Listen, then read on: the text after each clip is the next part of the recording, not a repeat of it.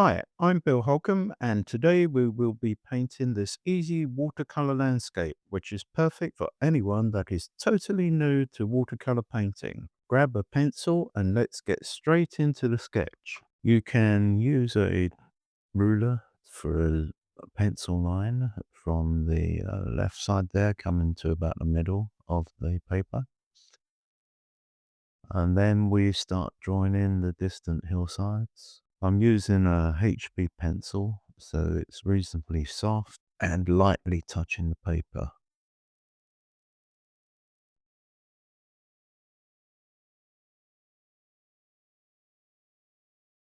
And we've got a grassy bank as it comes down to the shoreline. Then we've got these various rocks at the shoreline area, quite substantial, as you'll see from photographs of Iona and Scotland.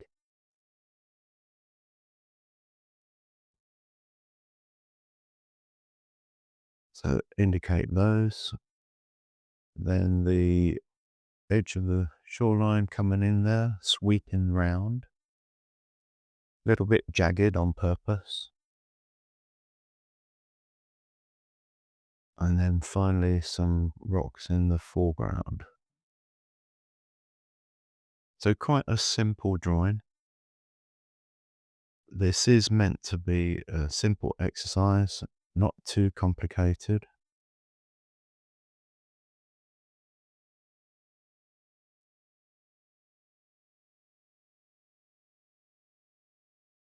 And just straightening up that area of rocks at the bottom where it meets the water. And then with something like a number 12 brush, you can lay some clear water down here and there. I purposely put some clear water at the tops of the distant hillsides because I want that area to be light. And then we had winds of blue dropped in here and there, coming up to where I laid the water and letting those fuse together. Because I want to aim as much as possible for some soft edges on the clouds. And one way of mopping up excess water on the edges there on the tape is using some tissue to dry your brush and then mop up. Then we've got that slightly darker version for the clouds, the winds of blue and something like your alizarin crimson.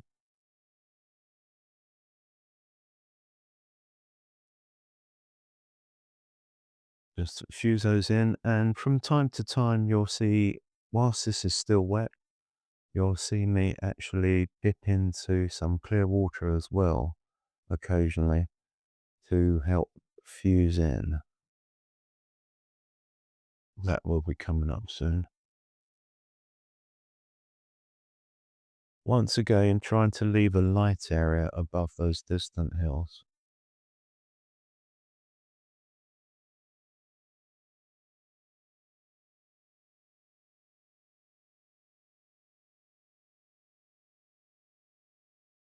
And then you can strengthen the blue at the top of the painting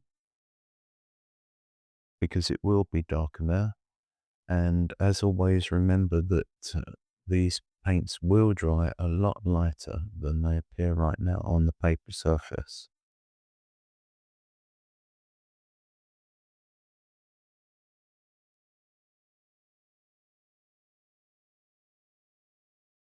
Now, just dipping in some water, clear water, and fusing that area in on the top left-hand side so it's less harsh.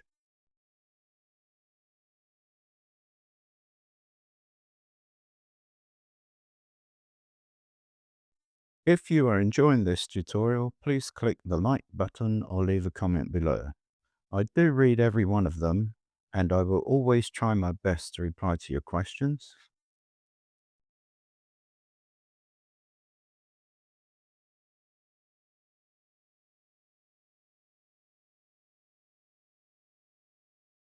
So distant hills, we've got that stronger mixture of colors first, and use a tissue to take off some pigment to get to the tone that you wish. A lighter tone for that very distant hill, and then stronger tone for the closer one. And where it meets the water eventually, and the other hillside there, run along some clear water at the bottom and let that fuse in. So it gives a misty build to the bottom area.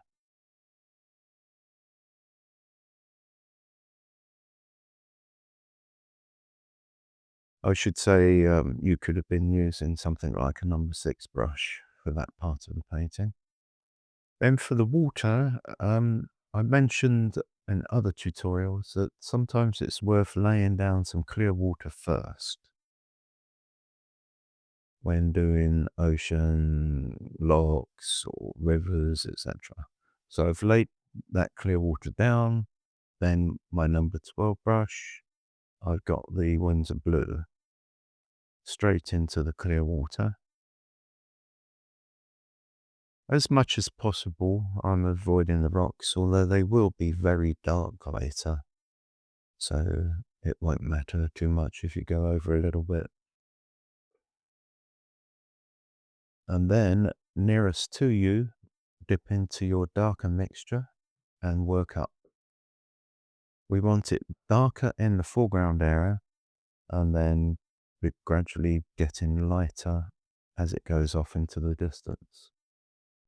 Sometimes I'll use a flat brush for doing the water, but on this occasion we don't need it. It's not got a lot of definition. Then we've got Windsor Yellow on something like a No. 6 brush for the lower section of that bank, and then add your green mixture at the very top and let that fuse down into the yellow.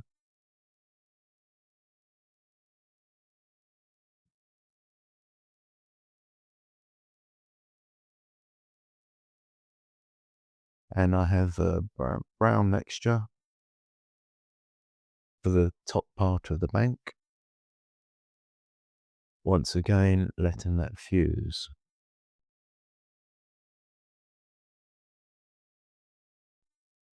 So those three different color variations nicely fusing together. And once that's dry, I can always lay down some more of the yellow towards the bottom section of the bank to brighten that area if necessary.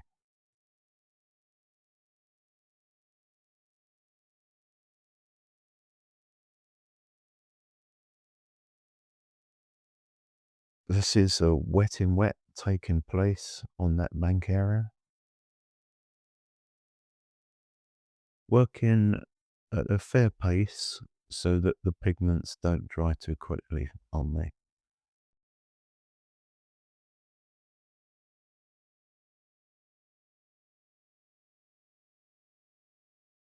Then these rocky areas, your brown mixture, and then lay that at the top, and then come in with some clear water, join that up, let them fuse together. And then we'll eventually put more definition in those later.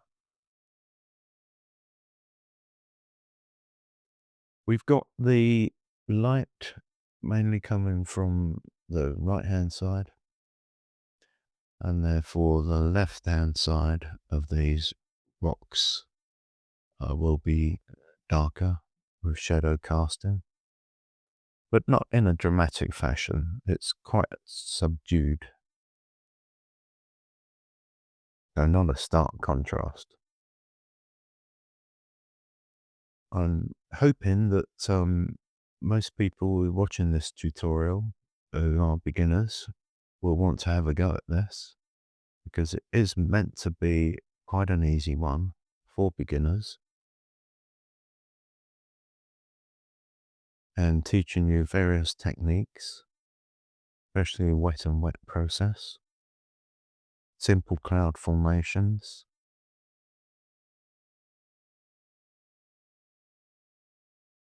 and quickly achieving a painting. So it's the sort of thing that you could practice on very small pieces of paper. This is only something like a 7.5 inch by 5 inch sheet of paper.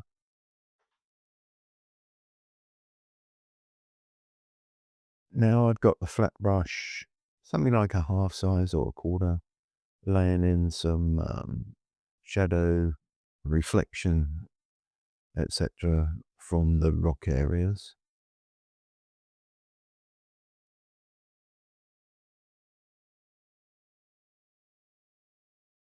A weaker version of the darker colour, sort of grey.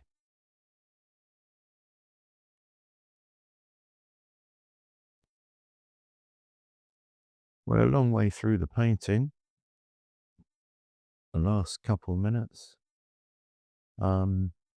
Using my flat brush again to show a little bit of definition on the shoreline, where water laps up a little bit, although the water is quite calm, so there's nothing dramatic involved here. It's meant to be a calm, peaceful painting, so, and a lot sort of solitude. So therefore, I won't be including any birds in the sky or any people on this occasion. Flat brush again for little ripples on the water, nothing too dramatic, getting thinner and thinner as they go into the distance.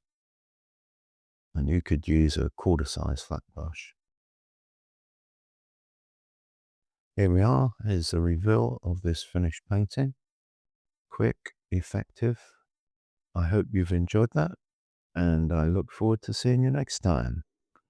If you enjoyed this video, maybe give this one a try next. I'm sure you will find it useful.